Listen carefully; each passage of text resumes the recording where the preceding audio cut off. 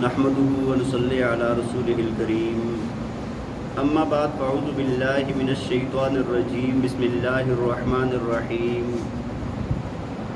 طاسين تلك آيات القرآن وكتاب مبين صدق اللہ العظیم۔ توجہ فرمائیں 19واں پارہ سورہ نمل آیت نمبر 1۔ اللہ رب ذوالجلال فرماتے ہیں طاسین اللہ اعلم بمرادہ تلک آیات القرآن، فرمایا کہ یہ قرآن کی آیات ہیں، و کتاب مبین اور کھول کر بیان کرنے والی کتاب کی آیات ہیں، ہدی و بشریٰ للمؤمنین، فرمایا کہ یہ ہدایت ہیں اور خوشخبری ہیں للمؤمنین ایمان والوں کے لیے، الذین یقیمون الصلاۃ، فرمایا کہ ایمان والے وہ لوگ ہیں جو نماز قائم کرتے ہیں، ویؤتون الزکاۃ اور زکوٰۃ ادا کرتے ہیں، وہم بالآخرۃ ہم یوقنون، اور فرمایا کہ اور وہ آخرت پر یقین رکھتے ہیں، ایمان رکھتے ہیں، ان الذین لا یؤمنون بالآخرہ، فرمایا بے شک وہ لوگ جو آخرت پر ایمان نہیں رکھتے، زینا لہم اعمالہم، ہم نے ان کے لیے ان کے اعمال کو مزین کر دیا ہے، فہم یعمہون، فرمایا کہ وہ اسی کے اندر سرگرداں ہیں،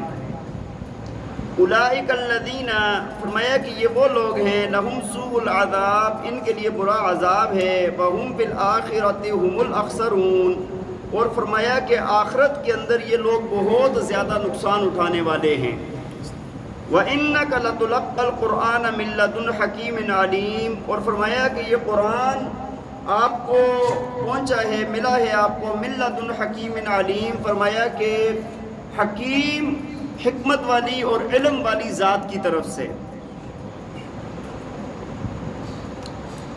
بھائی سورۃ مبارکہ سورہ نمل، اس کی مکی صورت ہے اور اس کی 93 آیات اور 7 رکوع ہیں، اور اس صورت مبارکہ کا نام جو نمل رکھا گیا ہے، نمل چیونٹیوں کو کہا جاتا ہے۔ نمل کس کو کہا جاتا ہے؟ چونکہ آگے سلیمان علیہ السلام اور چیونٹیوں کا تذکرہ آئے گا، اسی نسبت سے اس صورت مبارکہ کا نام نمل رکھا گیا ہے۔ اس صورت کے اندر اللہ تعالیٰ نے جس طرح گزشتہ صورت میں انبیاء کرام کا تذکرہ فرمایا ہے، اس صورت مبارکہ کے اندر بھی تذکرہ فرمایا ہے۔ اس صورت میں حضرت موسیٰ علیہ السلام اور حضرت صالح علیہ السلام، حضرت لوط علیہ السلام کا تذکرہ اجمالاً فرمایا ہے، اور حضرت داؤد اور حضرت سلیمان علیہ السلام کا جو تذکرہ ہے وہ تھوڑا تفصیلی فرمایا ہے۔ اور نمل کا واقعہ بھی اس کے اندر چونکہ بیان ہوا ہے کہ جب حضرت سلیمان علیہ السلام اپنی فوج کو لے کر ایک ایسی وادی سے گزر رہے تھے کہ جہاں پر چیونٹیوں کے بل تھے، تو چیونٹی نے اپنی تمام کنبے قبیلے والی چیونٹیوں کو آواز لگائی کہ تم ساری کی ساری یہاں سے بچ جاؤ، اپنی اپنی بلوں میں گھس جاؤ، یہ نہ ہو کہ سلیمان علیہ السلام اور اس کا لشکر تمہیں اپنے پاؤں تلے روند ڈالے۔ تو یہ بات اللہ تعالیٰ نے سلیمان علیہ السلام کو سنا بھی دی، سمجھا بھی دی، اس بات پر انہوں نے اللہ کا شکر ادا کیا۔ اور پھر اس کے بعد آگے ایک واقعہ پیش آیا کہ ہدہد ایک پرندہ تھا، وہ بھی چونکہ آپ کی ماتحتی میں تمام حیوانات، تمام انسان، تمام جنات ان کی ماتحتی کے اندر تھے، تو وہ ہدہد پرندہ آیا اور اس نے آ کر کہا کہ میں نے ایک ایسی جگہ دیکھی ہے، ملکہ سبا دیکھی ہے، اور اس کے ہاں وہ لوگ سورج کو سجدہ کرتے ہیں، سورج کی عبادت کرتے ہیں۔ سلیمان علیہ السلام نے اس کو خط لکھا، اور واپسی میں اس نے اپنا دکھانا چاہا کہ بھئی اپنا روب دبدبا کہ ہم اتنے مال دولت والے، دوسرے تیسرے۔ سلیمان علیہ السلام نے اس کے جواب میں جب ان کے ہدیے بھی واپس کر دیے، اور جب اپنا لکھا اور جب اس کو بلایا، جب اس نے آ کر سلیمان علیہ السلام کی شان و شوکت اور آپ کا وہ سب کچھ دیکھا تو وہ مرغوب ہو گئی، اور پھر انہوں نے ایمان بھی قبول کیا ہے۔ صالح علیہ السلام کی قوم کا تذکرہ آیا ہے کہ وہاں پر چونکہ 9 سردار تھے، 9 بڑے غنڈے تھے ان کے، انہوں نے ایک مرتبہ یہ مشورہ کیا کہ ہم صالح علیہ السلام کو آج ہی رات کو قتل کر دیتے ہیں، لیکن اس مشورے کے اس کو پائے تکمیل تک وہ پہنچاتے سے پہلے اللہ کا عذاب آ گیا اور وہ لوگ نیست و نابود ہو گئے۔ قوم لوط کا بھی تذکرہ ہے، اور یہ لوگ ایک بہت بڑے گناہ کے اندر ملوث تھے، اور اس گناہ کو یہ ٹھیک سمجھتے تھے، جو روکتا تھا اس کو وہ غلط سمجھتے تھے۔ ہاں جس طرح آج ہمارے دیکھیں آج کے بھی یہاں پر ایسی ہو رہا ہے کہ جو لوگ اچھائی کی طرف دعوت دیتے ہیں ان کو کہا جاتا ہے دقیانوس ہیں، پرانی سوچوں کے مالک ہیں، پہاڑ کے پتھر کے زمانے کے لوگ ہیں، اور جو غلط کاریاں کر رہے ہیں ان کو کیا کہا جاتا ہے؟ یہ لوگ اچھے ہیں۔ آج دیکھیں نا ایک چھوٹی سی بات میں آپ کو بتاتا ہوں کہ آج آزادی نسواں کا نعرہ ہر جگہ پر لگایا جاتا ہے۔ باہر ممالک کے اندر تو بہت زیادہ وہ بھی زور دیتے ہیں، اسلامی ممالک کے اندر، ہمارے ملک کے اندر بھی لگایا جاتا ہے۔ یار اگر عورتیں اگر آزادی کے ساتھ باہر پھریں گی، گھومیں گی، وہ پردہ نہیں کریں گی، بے حیائی میں جائیں گی، تو عورتوں کا اس میں کیا فائدہ ہے؟ دیکھیں نا حقوق تو وہ ہوتے ہیں نا جس میں انسان کا کوئی فائدہ ہو۔ اگر عورتیں باہر میں کہتا ہوں ننگ دڑنگ اگر پھریں تو عورتوں کا کوئی فائدہ ہے اس میں تو مردوں کا فائدہ ہے۔ بات سمجھ آ رہی ہے کہ نہیں؟ وہ بھائی مرد ان سے دیکھ کے لذت حاصل کریں گے نا، عورتوں کا ذاتی طور پر تو کوئی فائدہ نہیں ہے۔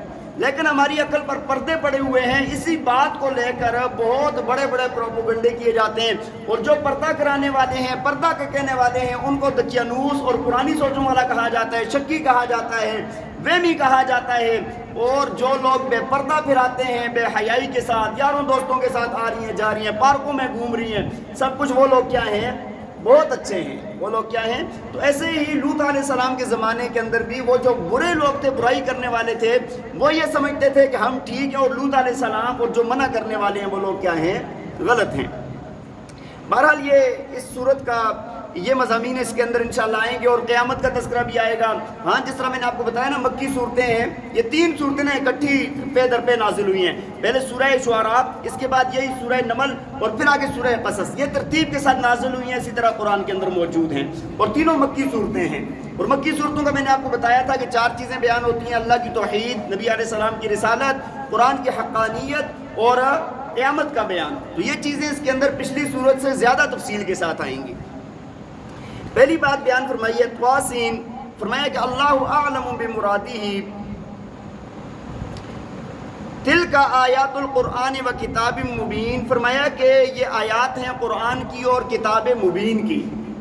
دیکھیں سب سے پہلے قرآن کی حقانیت کا بیان ہو رہا ہے، اور حروف مقطعات والی جتنی بھی صورتیں ہیں نا، حروف مقطعات کے بعد ہمیشہ عام طور پر قرآن کی حقانیت، قرآن کے فضائل اور عظمت کا بیان ہوتا ہے۔ فرمایا کہ یہ قرآن کی آیات ہیں اور کھول کر بیان کرنے والی کتاب کی آیات ہیں۔ ہمیں نہیں سمجھ آتی، وجہ یہ ہے کہ ہمیں جو عربی لغت والے ہیں وہ جب پڑھتے ہیں نا، ان کے لیے یہ کتاب کھول کر بیان کرنے والی ہے۔ اور قرآن کا اگر ایک جگہ پر اجمال بیان ہونا تو دوسری جگہ پر قرآن اس کی تفسیر کر رہا ہوتا ہے۔ سب سے اچھی تفسیر قرآن کی یہ ہوتی ہے کہ قرآن کی تفسیر قرآن سے کی جائے، اور اگر جب قرآن سے نہیں ملتا تو پھر دوسری چیز کیا تفسیر کرتی ہے اس کی؟ حدیث۔ اللہ تعالیٰ نے قرآن پاک کے اندر فرمایا کہ وَأَنزَلْنَا إِلَيْكَ الْكِتَابَ لِتُبَيِّنَ لِلنَّاسِ، فرمایا کہ مَا نُزِّلَ إِلَيْهِمْ، فرمایا کہ یہ کتاب آپ پر ہم نے نازل کی ہے، آپ اس کو کھول کر بیان کریں ان لوگوں کے لیے جو آپ پر نازل کیا گیا ہے۔ تو نبی علیہ السلام کی یہ ذمہ داری ہے، جتنی بھی صحیح احادیث ہیں وہ قرآن کی تشریح ہیں۔ صحیح احادیث کیا ہیں؟ قرآن کی تشریح ہیں۔ ہدی و بشریٰ للمؤمنین، فرمایا یہ کتاب ہدایت ہے اور خوشخبری ہے ایمان والوں کے لیے۔ یہ زندگی کے ہر شعبے میں، ہر گوشے میں، زندگی کی ہر جگہ پر یہ کتاب ہمارے لیے رہنمائی کرتی ہے، ہدایت کا ذریعہ ہے۔ اب اگر بندہ تھوڑا سا سوچ سمجھ کرے، غور و فکر کرے نا، اس کے لیے تو یہ ہدایت کا ذریعہ ہے۔ لیکن اگر ایک بندہ اس کتاب کو کھولے ہی نہ، سمجھے ہی نہ، پڑھے ہی نہ، دیکھے ہی نہ، تو اس کے لیے تو ہدایت ایمان والوں کے لیے، سوچ سمجھ کرنے والوں کے لیے ہے نا۔ وَبُشْرَىٰ لِلْمُؤْمِنِينَ، اور یہ خوشخبری بھی ہے۔ جو بندہ اس قرآن پر عمل کرے گا، زندگی میں لائے گا، اس کے لیے خوشخبری ہے جنت کی، اللہ کی رضا کی، نبی علیہ السلام کی رضا کی، اور بڑی بڑی نعمتوں کی۔ اور ایمان والے کون ہیں؟ فرمایا الذین یقیمون الصلاۃ، فرمایا وہ لوگ جو نماز قائم کرتے ہیں، ویؤتون الزکاۃ، اور زکوٰۃ ادا کرتے ہیں، وہم بالآخرۃ ہم یوقنون، اور آخرت پر وہ لوگ یقین رکھتے ہیں۔ ایمان والوں کی 3 صفتیں بیان ہوئی ہیں۔ پہلی صفت یہ بیان ہوئی ہے کہ وہ کیا کرتے ہیں؟ نماز قائم کرتے ہیں۔ کیا کرتے ہیں؟ نماز۔ اچھا، نماز قائم کرنے میں اور نماز پڑھنے میں بہت بڑا فرق ہے۔ ایک بات یاد رکھیے، نماز قائم کرنے کا یہ مطلب ہوتا ہے کہ پوری اس کے اصول کی رعایت رکھتے ہوئے نماز کو پڑھا جائے۔ اور ہم لوگ کیا کرتے ہیں کہ ہمیں کوئی دھیان نہیں، کوئی توجہ نہیں، نہ تلفظ درست، کچھ بھی نہیں، اور نماز پڑھ رہے ہوتے ہیں۔ ایک حدیث آپ کو سنا دوں، اللہ کے پاک پیغمبر ایک مرتبہ مسجد کے اندر بیٹھے ہوئے، ایک صحابیہ اور آ کر نماز پڑھی، نبی علیہ السلام نے فرمایا صلی فإنک لم تصلی، فرمایا دوبارہ وہ آئے ملنے کے لیے سلام فرمایا جاؤ نماز پڑھو تمہاری نماز نہیں ہوئی۔ وہ گئے دوبارہ جا کے نماز پڑھی، آپ نے پھر دوبارہ وہی فرمایا، فرمایا جاؤ نماز پڑھو تمہاری نماز نہیں ہوئی۔ تیسری بار پھر آئے سلام کیا، نبی علیہ السلام نے پھر فرمایا جاؤ نماز پڑھو تمہاری نماز نہیں ہوئی۔ وہ کہنے لگے یا رسول اللہ بے ابی و امی، میرے ماں باپ آپ پر قربان ہو جائیں، آپ مجھے بتا دیں کہ میں تو نماز پڑھ رہا ہوں کیوں نہیں ہوئی نماز؟ فرمایا کہ تمہارے رکوع سجود ٹھیک نہیں ہیں، تمہارے رکوع سجود، اللہ کے پاک پیغمبر کے صحابی ہیں، عربی دان ہیں، عربی والے تلفظ تو ان کے ہیں ہی درست نا، تو اگر رکوع سجود کے اندر بھی تعدیل ارکان کے اندر بھی فرق آیا ہے تو اللہ کے نبی نے کیا فرمایا کہ جاؤ نماز پڑھو تمہاری نماز نہیں ہوئی۔ تو بھائی آج جو ہماری نمازیں ہیں ہم پڑھ تو رہے ہوتے ہیں لیکن ان ساری چیزوں میں سے کسی چیز کا خیال نہیں ہوتا، تو نماز عبادات کے اندر سب سے اونچے درجے کا عمل ہے۔ اور دوسرا فرمایا وَيُؤْتُونَ الزَّكَاةَ، اور زکوٰۃ ادا کرتے ہیں۔ پہلے بدنی عبادت کا بتایا، اس میں سے سب سے اونچی عبادت نماز، اور پھر مالی عبادت کا بتایا اور اس میں سے سب سے اونچی عبادت زکوٰۃ۔ فرمایا کہ اور وہ زکوٰۃ ادا کرتے ہیں اور آخرت پر یقین رکھتے ہیں۔ اس کے مقابلے میں وہ لوگ ان الذین لا یؤمنون بالآخرہ، فرمایا وہ لوگ کہ جو آخرت پر ایمان نہیں لاتے، اللہ تعالیٰ فرماتے ہیں زینا لہم اعمالہم فہم یعمہون، ہم نے ان کو انہی برے اعمال کو ان کے لیے مزین کر لیا ہے، اسی کے اندر وہ سرگرداں پھرتے ہیں۔ آپ دیکھ لیں جتنے گمراہ لوگ ہیں وہ اپنے آپ کو ٹھیک سمجھتے ہیں، اپنے آپ کو اللہ فرماتے ہیں ان کے لیے وہ اپنے انہی اعمال کو اچھا سمجھتے ہیں، انہی کے اندر گم ہوتے ہیں اور ایسے ہی ان کو موت آ جائے گی۔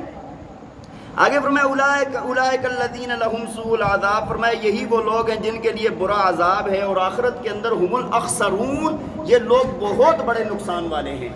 ایک ہوتا ہے خاسر نقصان والا، ایک ہوتا ہے اخسر، اخسر اس میں تفصیل کا صیغہ ہے، مبالغے کا صیغہ ہے، بہت بڑا نقصان اٹھانے والے ہیں، وہاں پر جا کے روئیں گے دھوئیں گے لیکن وہاں سے واپسی کی کوئی صورت نہیں ہوگی۔